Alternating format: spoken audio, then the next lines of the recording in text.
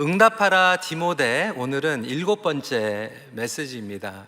지난주에 이제 좀 필름이 끊겼다가 다시 이제 시작을 하는데, 오늘 그리고 이제 앞으로 2주 남았습니다.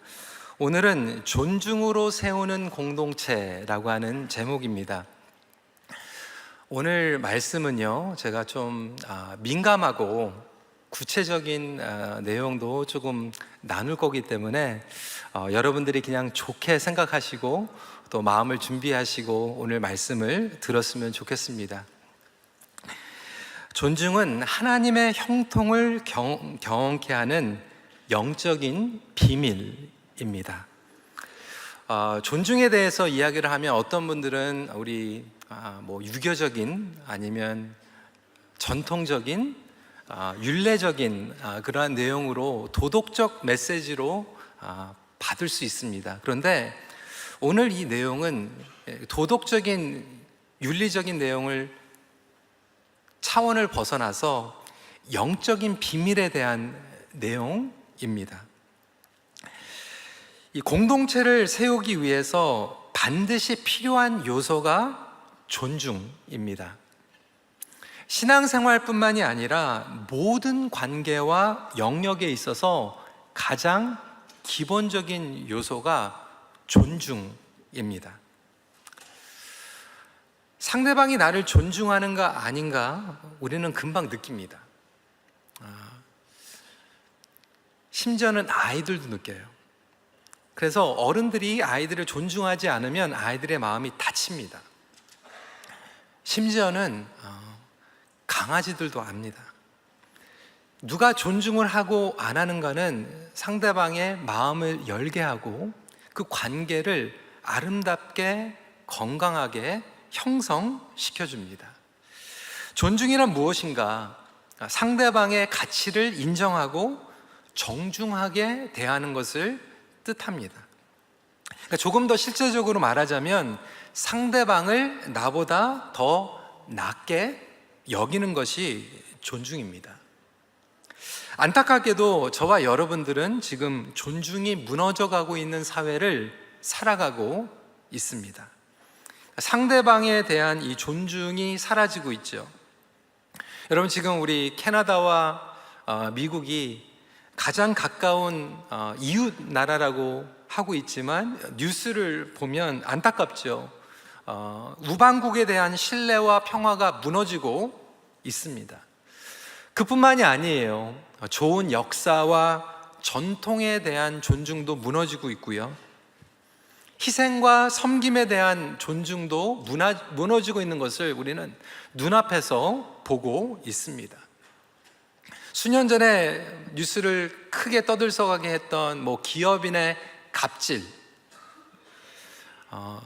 기업인들만 아니죠. 요즘 뉴스를 보면 정치인들이 갑질을 한다. 그것 때문에 우리가 수많은 내용들을 듣고 있습니다.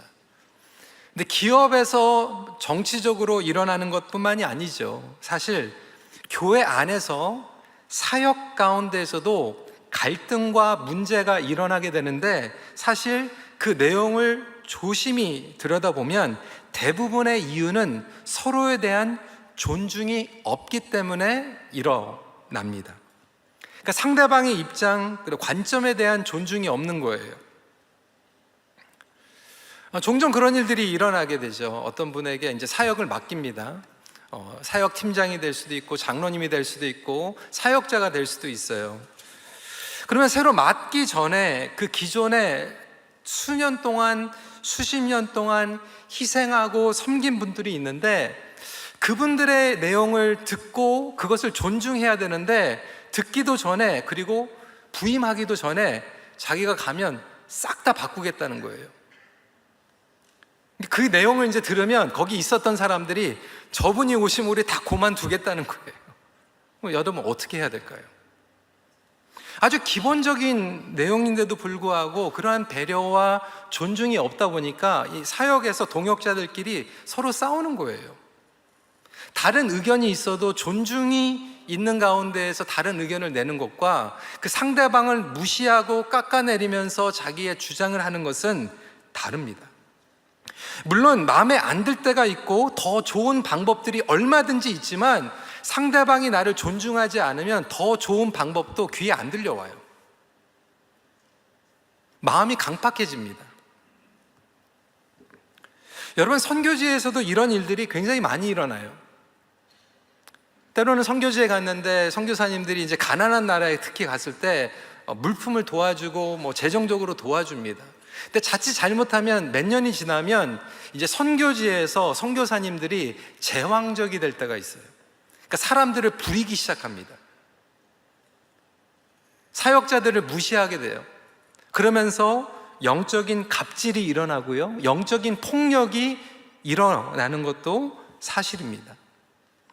우리가 잊기 쉬운 것은 하나님께서는 존중의 법칙을 통해서 우리를 형통케 하신다는 거예요. 그러니까 하나님께서는 저와 여러분들을 축복하시길 원하시고 영적인 형통이 흘러가길 원하시는데 그것이 존중이라고 하는 요소를 통해서 흘러가게. 그래서 존중은 영적인 비밀 열쇠입니다. 그러니까 하나님의 놀라운 축복과 계획하심이 순리대로 물 흐르듯 흐르는 것을 의미합니다. 하나님은 여러분들을 사랑하십니다. 여러분의 가정을 사랑하세요. 우리 교회를 사랑하십니다. 그래서 하나님께서는 지금도 끔찍히 사랑하시고 놀라운 영적인 축복을 부어주시길 원하는데 그것을 가로막고 있는 가장 먼저가 갈등과 불화예요. 죄로 인한, 불순종으로 인한, 그리고 서로를 존중하지 못해서 관계에서 엉겨버리기 때문에 그것들이 하나님의 놀라운 영적인 축복과 형통이 흐르지 못하도록 가로막고 있는 것이죠. 그런 의미에서 저와 여러분들의 관계와 마음의 상태를 정말 다시 한번 조심히 돌아볼 필요가 있는 것이죠. 그러면 이 존중에 대해서 몇 가지 중요한 법칙을 말씀드리기 원합니다. 첫 번째로, 존중은 위에서 아래로 흘러갑니다. 왜 그럴까요? 이것이 하나님의 영적인 흐름이기 때문에 그렇습니다. 하나님의 영적인 흐름이 위에서 밑으로 내려가잖아요. 그래서 honor flows from top to bottom. 1절과 2절은 이렇게 이야기합니다. 늙은이를 꾸짖지 말고 권하되 아버지에게 하듯하며 젊은이에게는 형제에게 하듯하고 늙은 여자에게는 어머니에게 하듯하며 젊은 여자에게는 온전히 깨끗함으로 자매에게 하듯 하라. 그러니까 우리는 먼저 가장 기본적으로 하나님을 존귀하게 여기는 거예요. 그러니까 하나님을 리스펙트하고 언어하고 하나님을 fear하게 되면 지금 이 내용은 도덕적으로 윤리적으로 우리에게 얘기하는 것이 아니라 하나님을 존귀하게 여기는 사람은 자연적으로 그 열매로 다른 사람들을 존중하게 됩니다. 왜? 하나님의 형상으로 지음을 받았잖아요. 그러니까 하나님을 리스펙트하면 사람을 리스펙트하게 됩니다. 이것이 자연스럽게 흘러가는 거예요. 열매입니다. 결과입니다. 존 비비어는, 여러분 이 책 꼭 읽어보시면 좋을 것 같아요. 존중이라고 하는 책이 있어요. 그 책에서 이렇게 얘기합니다. 존중은 하나님께 복을 받는 중요한 열쇠이다. 그러니까 하나님께서 우리에게 복을 주시기 위해서 놀라운 관계를 허락해 주셨는데 그것이 존중을 통해서 아름답게 건강하게 형성된다는 거예요. 그러면 하나님께서는 존중을 통해서 우리에게 복을 주시기 원하는데 그것을 가장 싫어하는 존재는 누구일까요? 누굴 것 같아요? 사단입니다. 그래서 사탄의 전략은 우리의 관계와 공동체 그리고 사회에서 존중이 무너지게 만드는 거예요. 가장 먼저 사회에서, 가정에서 이 존중이 어디에서 무너지고 있습니까? 가정에서 무너집니다. 하나님께서는 분명히 이스라엘 백성들에게 그리고 우리에게 말씀하셨어요. 부모를 존중해라. 오늘 도덕 1학년 이 교과서 얘기하는 게 아니에요. 왜 그럴까요? 신명기 5장 16절 말씀을 보면 너는 내 하나님 여호와께서 명령한 대로 내 부모를 공경하라. 그리하면 내 하나님 여호와가 내게 준 땅에서 내 생명이 길고 복을 누리리라. 그러니까 하나님께서는 우리에게 복을 주시길 원하는데 부모라고 하는 통로를 통해서, 관계를 통해서 그 복이 흘러내리게 하신다는 거예요. 이게 하나님의 순리입니다. 때로는 부모님들이 믿는 부모님이 아닐 수도 있고요, 그리고 상처가 많고 폭력적인 부모님이 있을지도 모르겠지만, 그럼에도 불구하고 하나님께서 나에게 부모를 허락해 주셨다라고 하는 것을 인정하고 그들을 존중하게 되면 하나님께서 기억하시고 보상해 주시는 줄 믿으시길 바랍니다. 우리는 하나님께서 이렇게 복을 주시고 보상해 주신다 그러면 불편하게 생각하시는 분들이 있어요. 노 목사는 지금 기복신앙 얘기하는 게 아닌가? 인과응보 얘기하는 게 아닌가? 근데 여러분, 성경을 보면요, 하나님께서 갚아주시겠다라고 하는 말씀이 계속해서 줄기차게 나와요. 그러면 기복신앙과 제가 지금 말씀드리고 있는 핵심의 차이는 무엇일까요? 기복신앙은 이거예요. 내가 복받기 위해서 하나님을 이용하는 거예요. 하나님에게 잘하는 척 하는 거예요. 그런데 마음의 동기는 하나님을 존경하지 않아요. 존중하지 않아요. 순종할 마음이 없어요. 하나님을 사랑하지 않아요. 그런데 내가 이익받기 위해서 존중하는 척 하는 기복신앙인 거예요. 그런데 하나님을 정말로 사랑하고, 그리고 하나님께서 우리에게 허락해 주신 가정과 부모님들을 사랑해서 잘하는 것은 하나님께서 그 마음의 중심을 보시고 축복해 주시겠다라고 하는 거예요. 하나님은 우리의 마음의 중심을 보시죠. 근데 여러분, 우리가 지금 이 디모데전서를 통해서 다음 세대를 준비하는 교회, 우리 팀이잖아요. 그런데 여러분, 다음 세대를 어떻게 준비할 수 있을까? 어떻게 하면 다음 세대를 제대로 양육할 수 있을까요? 첫 번째 뭐냐면, 우리가 부모님들에게 잘해야 돼요. 그게 가장 확실한 자녀 양육입니다.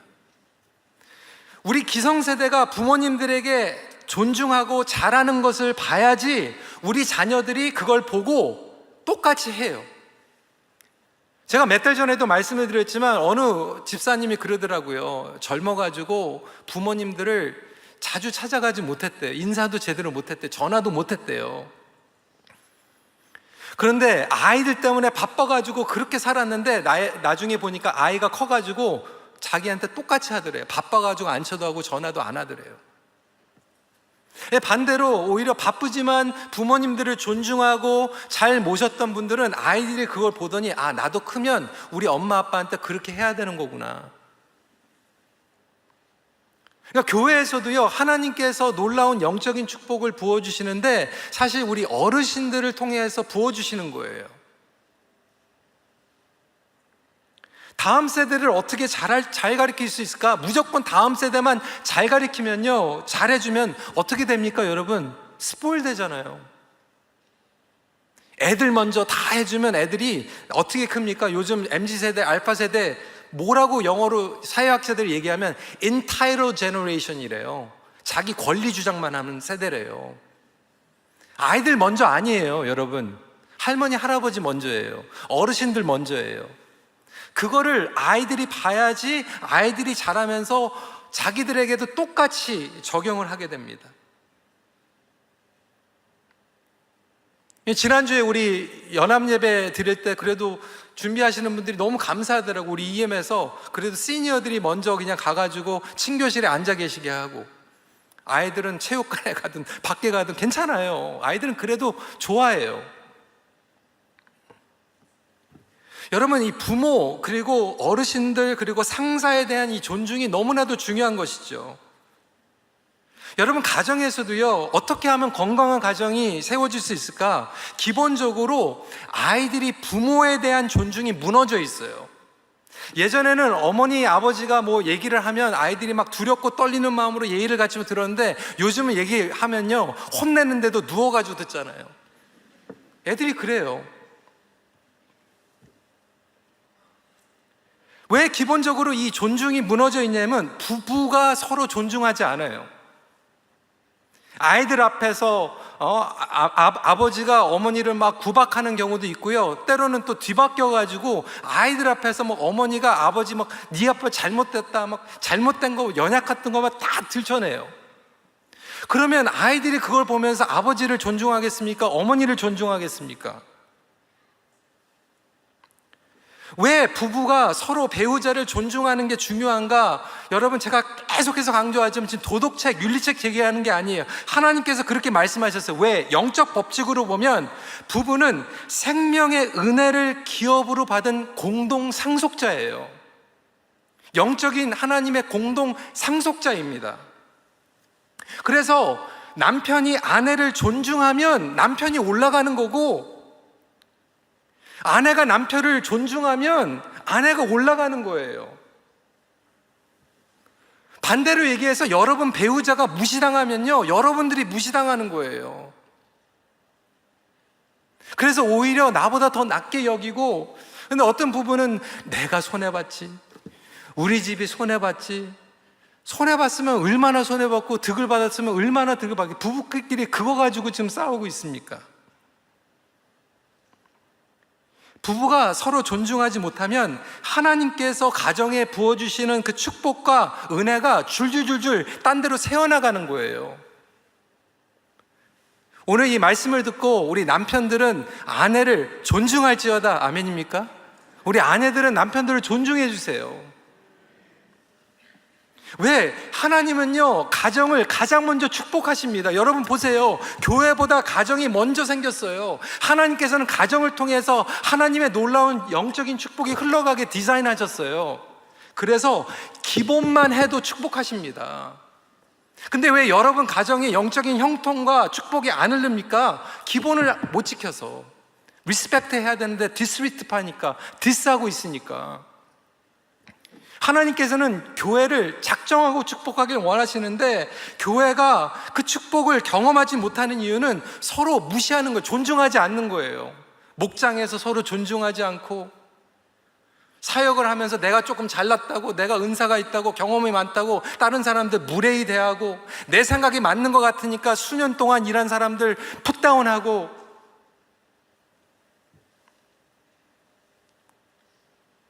내가 존중을 하면 상대방이 나를 존중을 해줘요. 그게 영적인 법칙이에요.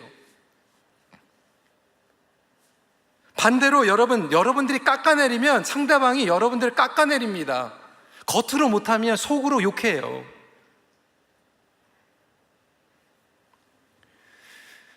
기복신앙과 존중의 차이점 말씀드렸죠. 여러분, 이 존중하고 아부도 달라요.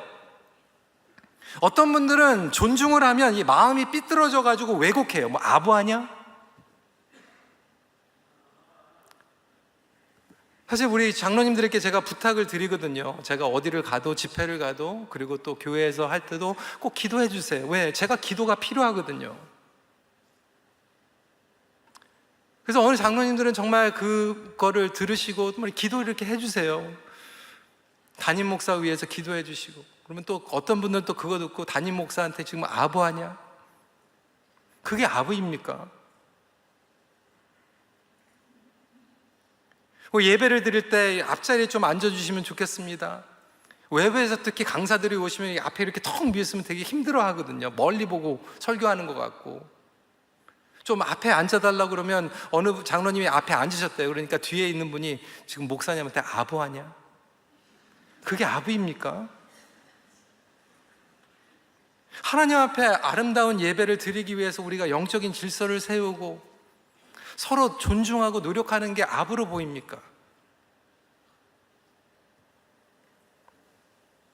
어떻게 보면 우리 자신이 무시를 당하고 상처가 많다 보니까 상대방의 배려와 이 존중이 막 좀 왜곡되게 비춰질 때가 굉장히 많이 있어요. 어른들은 또한 대접만 받는 게 아니라 젊은이들을 존중하라는 거예요. 젊은이들에게, 형제에게, 자매에게 하듯이 깍듯이 존중을 할 때 하나님께서 부어주시는 놀라운 영적인 흐름이 여러분들의 가정 가운데, 목장과 교회 가운데 충만하게 흐르는 줄 믿으시기 바랍니다. 그래서 이거 여러분 기억하셔야 돼요. 제가 여러분들 지금 도덕 수업하는 게 아니에요. 여러분들이 하나님의 형통을 받으면 좋겠어서, 여러분들의 가정의 자녀들이 그걸 받으면 좋겠어요. 우리 교회에 자라는 2세들이 그걸 보면서 배웠으면 좋겠어요. 그래서 탑투 바텀으로 흐르는 게 있고요. 두 번째로는 존중은 보이지 않는 마음에서 우러나 눈에 보이는 행동으로 표현됩니다. 그러니까 인사이드 아웃이에요. 탑투 바텀, 인사이드 아웃. Honor flows from inner heart and experience in action.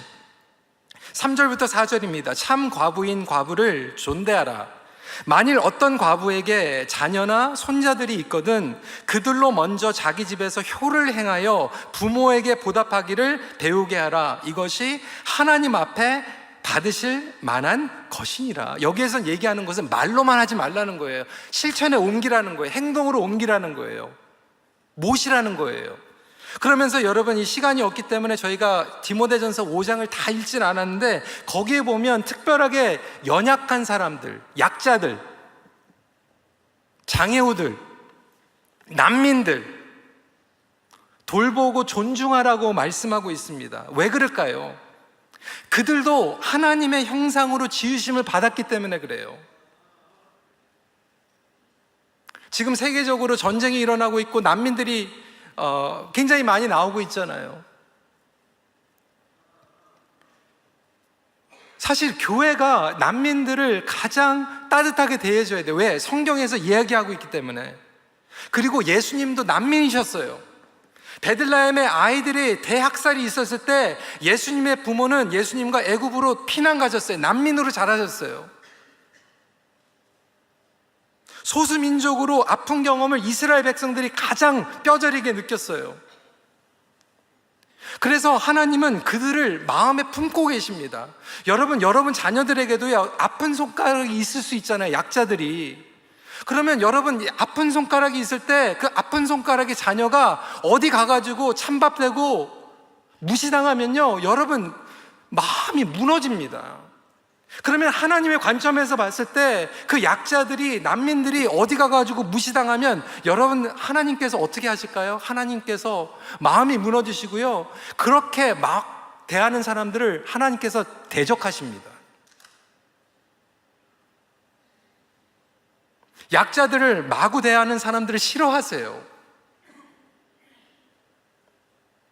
그래서 우리는 그들을 존중하고 섬기고, 그리고 그들을 존중하고 섬기는 공동체와 가정이 하나님의 놀라운 영적인 축복을 받는 줄 믿으시기 바랍니다. 그게 축복의 비밀이에요. 성경에 보세요. 그 손님들을 대접하잖아요. 축복 받잖아요. 교회는 여러 배경의 사람들이 모이게 됩니다. 그래서 우리의 마음과 말이 다를 수는 있지만 결국 이것이 어디로 통일이 되냐면 행동으로 나타나야 돼요. 감사, 예우로 표출이 돼야 됩니다.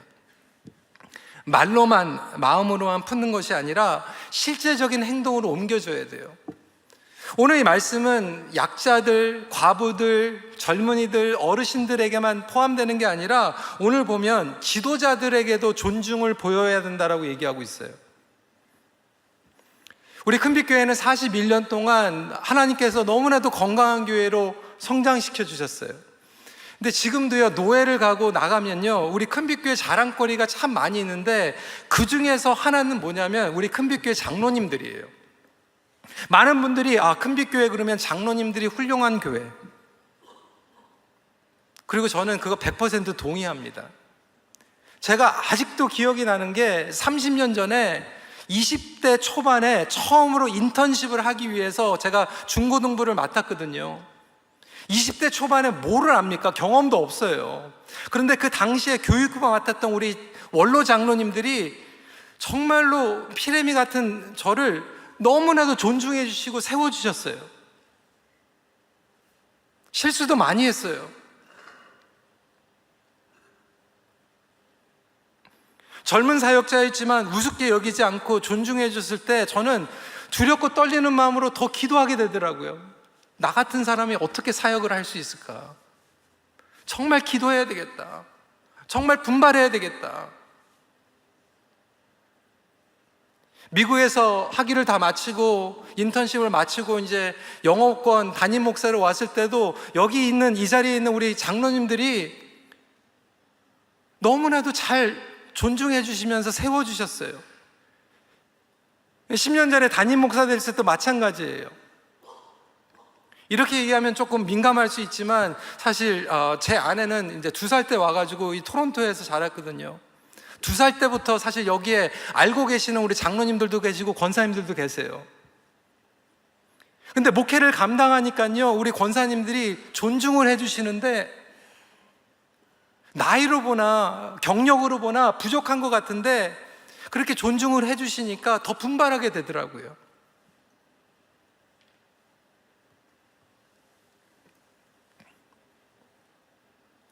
하지만 거기에서 끝나는 게 아니죠, 여러분. 오늘 말씀을 보면요, 17절부터 18절 내용이에요. 잘 다스리는 장로는 배나 존경할 자로 알되 말씀과 가르침에 수고하는 이들에게는 더욱 그리할 것이니라. 성경에 일렀으되 곡식을 밟아 떠는 소의 입에 망을 씌우지 말라 하였고 또 일꾼이 그 삭을 받는 것은 마땅하다 하였느니라. 제가 미국에서 이제 돌아왔을 때 보니까 우리 영어권은요 2년 반 동안 목회자가 없었어요. 목회자들이 안 온다고 했어요. 그래서 다 떠나고 50명밖에 안 남았어요. 너무나도 미안한 얘기지만 미국까지 소문이 들렸어요. 큰빛교회 영어 목회는 목회자의 무덤이다. 청빙을 하려고 하는데 다 안 오겠다는 거예요.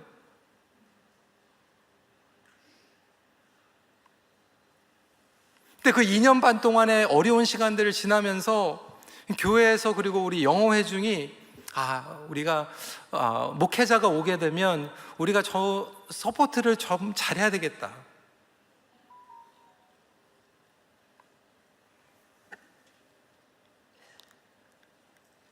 하나님께 너무나도 감사하더라고요. 요즘도 미국에 그리고 캐나다에 2세 목회자들 찾는 게 하늘의 별따기입니다.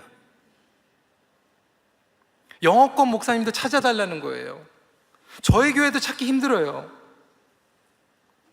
저희 교회도 찾기 힘들면 작은 교회들이 얼마나 어렵겠어요. 그런데 아무리 신학교를 찾아봐도요, 제 아내도 지금 상담학으로 가르치고 있지만 상담은 학생들이 많이 옵니다. 그런데 목회하겠다고 하는 젊은 친구들은 없어요.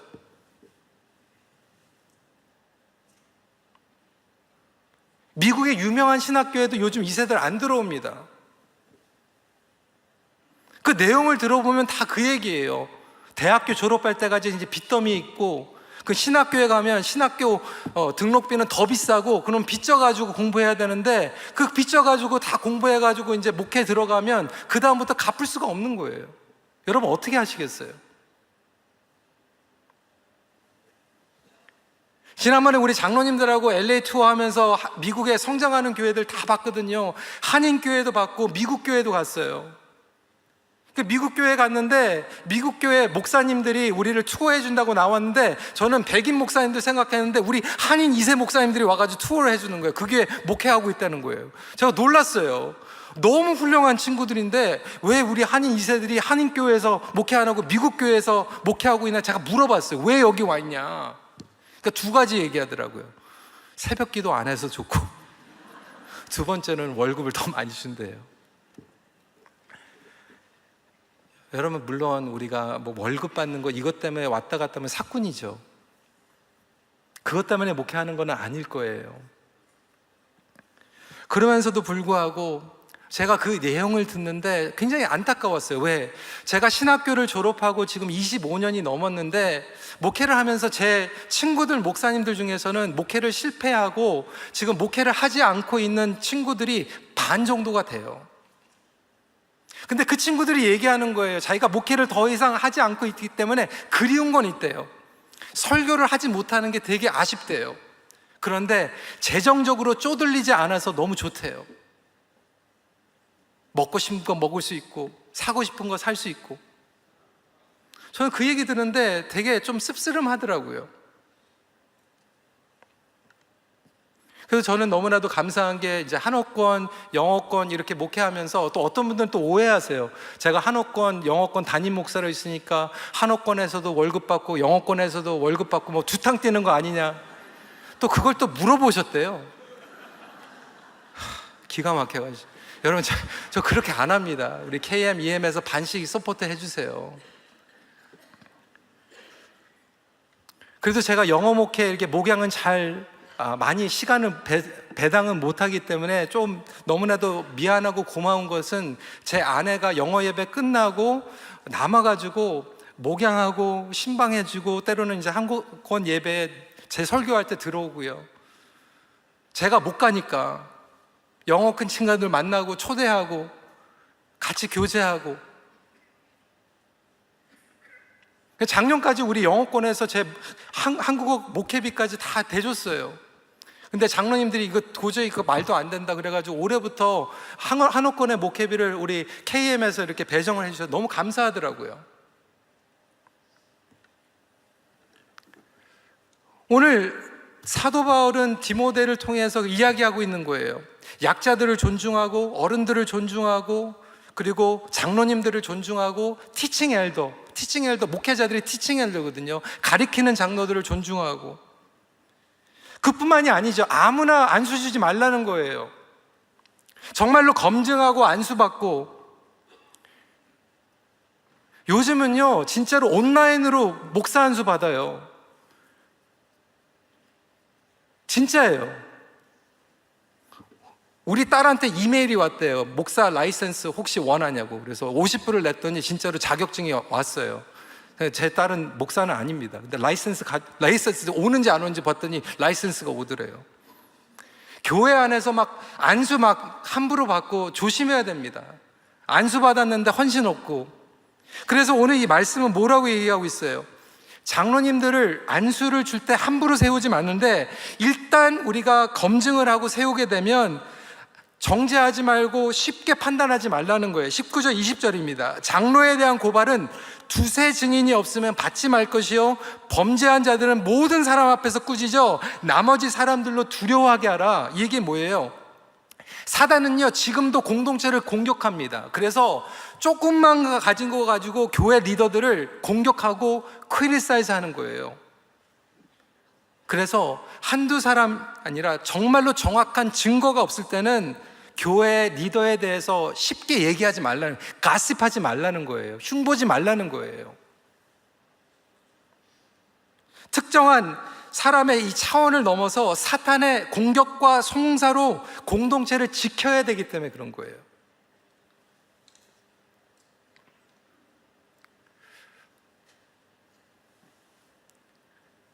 아까도 말씀을 드렸지만 젊은 사역 썼을 때 우리 장로님들이 이렇게 존중해주고, 근데 어떤 경우에는 좀 안타까울 때도 있어요. 이렇게 침교실에 가면 정말 젊은 사역자도 아니고 어른들인데 자기들끼리 막 이러면서 얘기하는데, 여러분 그 얘기 들으면요 젊은 사람들이 존경할까요?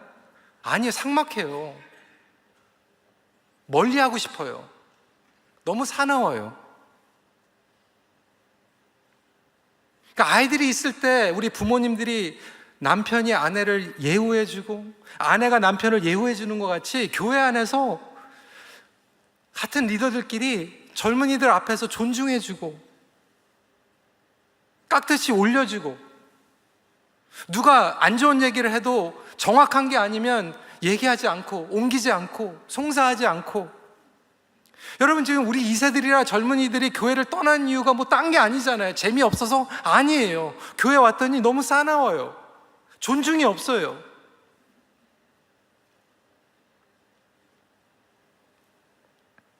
그래서 하늘의 축복이 여러분들에게 임하고 여러분들의 마음 가운데 밖으로 표출되기를 주님의 이름으로 축원합니다. 한번 여러분 곰곰이 생각해 보세요. 우리 가정에, 우리 교회에, 우리 목장에 왜 영적인 축복이 지금 끊겨 있는가? 마지막으로 우리 공동체뿐만이 아니라 존중을 통하여 선한 영향력이 세상으로 흘러갑니다. 오늘 본문은 교회의 담장을 넘은 영역까지 다루고 있어요. 6장 1절부터 2절 말씀 같이 한번 읽어볼까요? 시작. 무릇 멍에 아래에 있는 종들은 자기 상전들을 범사에 마땅히 공경한 자로 알지니 이는 하나님의 이름과 교훈으로 비방을 받지 않게 하려 함이라. 믿는 상전이 있는 자들은 그 상전을 형제라고 가볍게 여기지 말고 더 잘 섬기게 하라. 이는 유익을 받는 자들이 믿는 자요 사랑을 받는 자임이라. 너는 이것들을 가르치고 권하라. 그러니까 교회 가정 안에서만이 아니라 직장에 가서, 여러분 사업처에서, 거래처에서, 상사와 이 직원 관계에서도 존중의 관계가 필요하다는 거예요. 같은 신앙을 가지고 있는 사람들을 존중할 뿐만이 아니라 심지어는 신앙이 없는 사람들, 다른 신앙을 가지고 있는 사람도 상관없이 존중하라는 거예요. 신앙이 없는 상사, 신앙이 없는 직원 존중하라는 거예요. 왜 존중해야 될까요? 여러분, 제가 이번 설교 준비하면서 AI한테 한번 물어봤어요. 왜 신앙이 없는 사람을 존중해야 되냐 물어봤더니 이렇게 답을 주더라고요. 모든 사람이 하나님의 형상으로 지으심을 받았기 때문에, 예수님이 모든 사람을 사랑하셨기 때문에, 세 번째, 그리스도의 삶 자체가 간증이고 복음의 통로이기 때문에, 네 번째로 겸손과 섬김의 태도는 예수 그리스도의 성품이기 때문에. 여러분, AI도 우리보다 더 잘해요. 컴퓨터보다 못하면 어떡합니까? AI도 아는데. 여러분, 예수님은 존중의 그 자체셨잖아요. 예수님은요, 저와 여러분들이 죄인이었고요, 원수였는데도요, 오셔가지고 존중하셨어요. 선한 사마리안을 존중하셨고, 심지어는 가늠한 여인도 존중해 주셨어요. 예수님을 따르는 저와 여러분들이, 예수님을 믿고 십자가를 지겠다고 하는 사람들이 예수님의 성품이 드러나지 않으면 어떻게 이게 전도가 되겠습니까? 심지어는 부당대우 당했을 때도, 예수님 부당대우 당하셨어요. 십자가에 못 박히셨어요. 그럼에도 불구하고 예수님은요, 저들을 용서하여 주시옵소서. 물론 억울해요. 여러분, 직장에서 부당대우 당하면 얼마나 억울합니까? 그냥 당하라고 얘기하는 게 아니에요. 때로는 여러분들의 설명을 할 수도 있어야 되죠. 그럼에도 불구하고 여러분들께서 그 가운데에서 최소한의 예우와 존중을, 예수님의 성품을 지키면요, 그 다음부터는 하나님께서 개입하시고 하나님께서 해결해 주시는 줄 믿으시기 바랍니다. 억울하면 하나님께서 갚아주세요. 그런데 내 힘으로 내 성질로 해버리면 그 다음엔 하나님께서는 뒷짐지시고 그 다음부터 그 손해는 내가 달랑지는 거예요. 그래서 성경은 분명하게 얘기합니다. 악을 선으로 갚으라. 베드로전서 3장 9절 말씀입니다. 악을 악으로, 욕을 욕으로 갚지 말고 도리어 복을 빌라. 이를 위하여 너희가 부르심을 받았으니 이는 뭐라고요? 복을 이어받게 그러니까 악을 선으로 갚으면요, 여러분, 그 복이 여러분께 되는 거예요. 직장에서. 믿으십니까? 정말로 이게 실제적으로 일어납니다. 저는 너무나도 많이 경험했어요. 그러니까 서로 존중하는 이 마음과 태도는 밑에 있는 직원들 흘러가요. 여러분, 힘과 포지션이 있다고 막대하면요, 전도의 문이 막힙니다. 제가 한번 TV를 보는데 드라마에서 막 직장에서 여러분 그런 당해보셨어요? 여러분들이 혹시 그렇게 하셨는지 모르겠어요. 뭐 직원이 서류를 가져왔는데 서류를 그냥 집어 던져버려요. 여러분, 그렇게 서류를 집어 던진 적이 있으면 회개하시기 바랍니다. 근데 심각하더라고요. 근데 저는 그게 충분히 일어났다고 생각해요. 왜? 저도 당했어요. 제가 담임 목사 되기 전에 영어권 맡았을 때, 영어권 처음 장로님이 피택이 돼가지고요, 그 장로님이 이제 그 공동회의 자료하고 이제 그걸 노예 가져가야 되거든요. 서류가 조금 처음 준비하다 보니까 좀 부족한 것도 있었고, 이 타이밍이 조금 안 맞았어요. 노예 갔는데요, 노예 목사님이 그걸 딱 보더니, 제가 지금도 기억이 나요. 어디에서 어떤 시간이었는지, 누가 있었는지. 근데 다른 사람 다니는 데서 그 서류를 집어 던지더라고요. 제가 충격에 빠졌어요. 지금도 기억이 나요. 아니, 목사님도 그러니까 여러분들도 충분히 그럴 것 같아요. 그 목사님 아직도 계십니다. 근데 지금 저한테 되게 잘하세요. 근데 가끔 그게 생각이 나요. 여러분, 집어던지지 마세요. 여러분, 그런 거 집어 던지는 순간 여러분들의 인격을 집어 던지는 거예요. 여러분들의 신앙을 집어 던져버리는 거예요. 여러분, 그런 얘기들 들을 때마다 얼마나 안타까운지 몰라요. 나 큰빛교회 가고 싶은데 그 아무개 때문에 안 가고 싶다는 거예요. 그분이 계셔가지고. 아니, 반대로 돼야 되는 거 아닙니까? 나는 예수님 못 믿겠지만 그분이 다니니까 한번 가보고 싶다. 이게 전도잖아요.